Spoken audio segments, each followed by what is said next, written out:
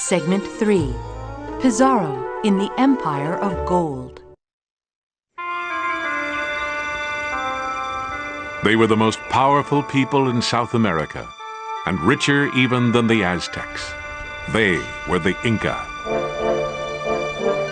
In 1531, a Spaniard named Francisco Pizarro set out to conquer the mighty Inca, one of the greatest civilizations on earth. Driven by his greed for gold, this uneducated Spanish soldier led an army of just 168 men against an empire of 20 million.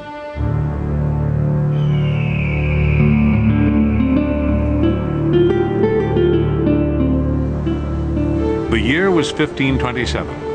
A Spanish ship off the coast of Peru intercepted a raft filled with fine textiles, silver, and gold.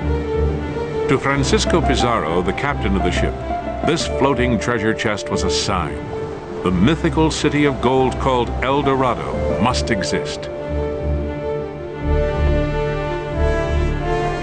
Setting down on the coast of Peru, Pizarro had no idea what he was about to go up against. The Inca Empire stretched 3,000 miles through the length of the Andes mountain range, covering parts of present-day Peru, Ecuador, Bolivia, Argentina, and Chile.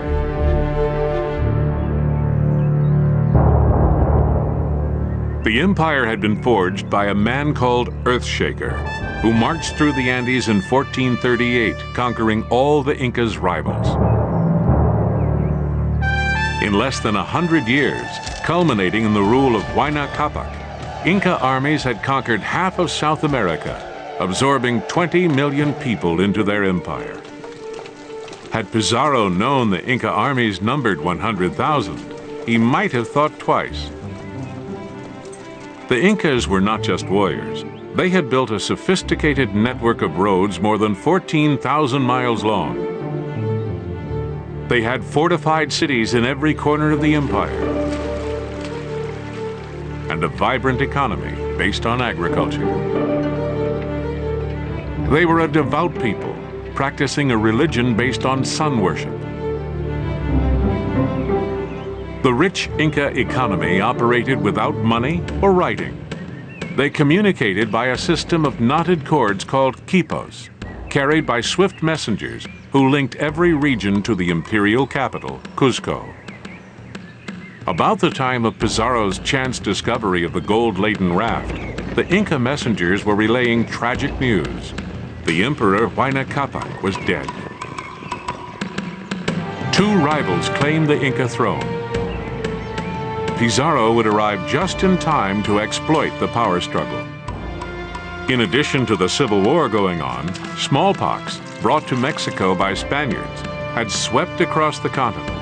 Half the empire's population had been wiped out by the contagious disease.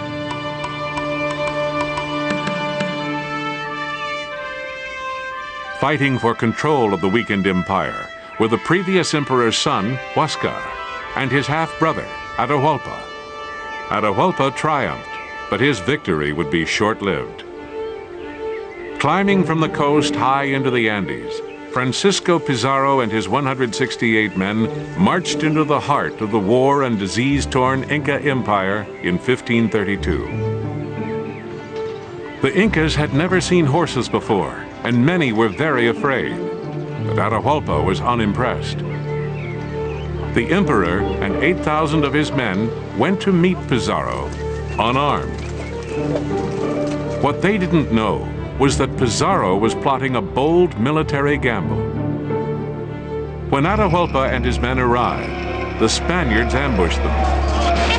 It was a brutal massacre. 8,000 unarmed Inca were killed by 168 Spaniards.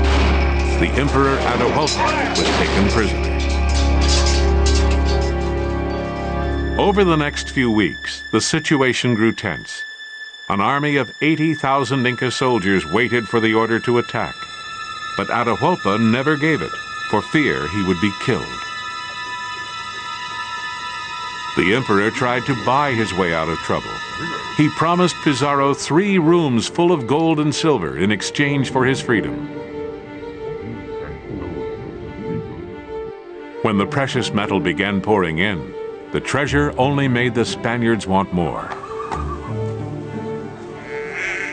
Pizarro's men raided Inca cities and their temples, stealing religious icons made of gold and silver. All told, the Spaniards melted down 30 tons of Inca artifacts.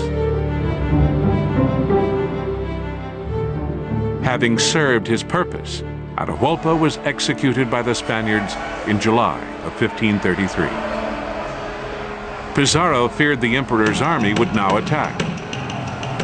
But when news of Atahualpa's death spread across the empire, the Inca's enemies were thrilled. Tribes from the south, hoping to gain control of the whole empire, pledged their support to Pizarro. Pizarro crowned Tupac Hualpa emperor to pacify the Incas, though Pizarro was really in charge. Then, in November of 1533, Pizarro marched 750 miles south and occupied the imperial capital, Cuzco. His fortune made, Pizarro would continue to build new Spanish cities throughout the former Inca Empire, including the new Spanish capital, Lima.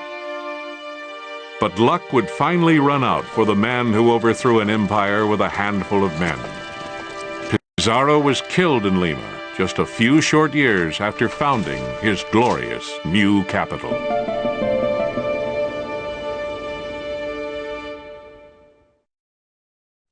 Try this activity to complement Pizarro in the Empire of Gold. The Incas had a unique way of communicating messages with quipos, or knotted cords. Create a system of communication that does not use speech or writing. Write a message with your new method.